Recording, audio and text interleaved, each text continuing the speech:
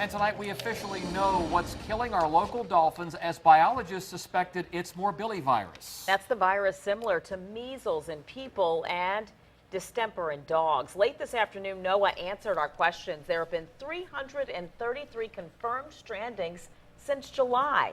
That's more than 9 times the historical average. The bottlenose dolphins are washing up all along the East Coast, but Virginia has responded to more cases than any other state. And of the 33 samples sent to the labs, all but one came back positive or suspicious of the virus. Now, experts are making even more comparisons to the 1987 die-off. Then your side's Anita Blanton is with what was here with what happens now. Anita? Yeah, Tom and Nicole, just as it was in the 80s, Virginia is what biologists are calling a hot zone because of the animals that we have out there that keep washing ashore. In 1987, the dolphins started washing up in June, and they kept washing up through May of 1988, almost a year later. While experts expect these migratory populations to start turning up more in the south as we head into winter. For now, as they migrate through the waters of the Chesapeake Bay, we can continue to expect them to wash up on our local beaches. NOAA scientists say East Coast dolphins younger than 26 years old have limited to no immunity to the morbillivirus, which means we'll keep seeing this site for now because they don't have the antibodies to protect themselves from illness. Probably end when the number of susceptible animals still out there to infect dwindles.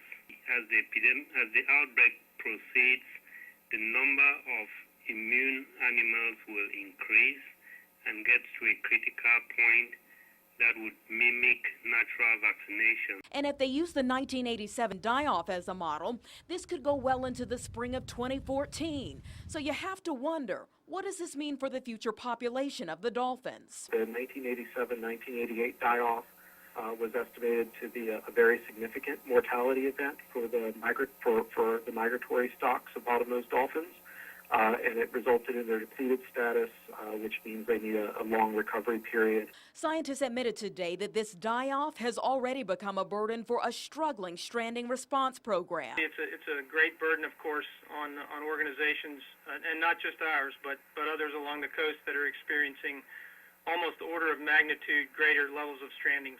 And while we finally know what's causing hundreds of these dolphins to die, we still don't know how this started or why. Some of the offshore large populations of oceanic cetaceans may have endemic morbillivirus. So what we'll be looking at in this outbreak is trying to find the first cases that might have been in the population, on the coastal population, which we see those animals more commonly stranded because they're closer to shore.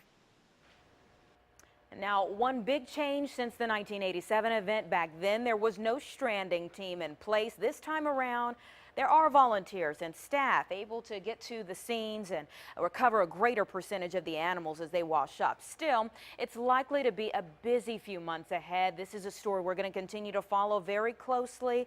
Anita Blanton, 10 on your side. And we're told there doesn't seem to be any pattern among the dolphins that are dying. They vary in age and gender, but a lot of interesting questions came in on that NOAA call from reporters across the country. And you can listen to the entire interview on wavy.com.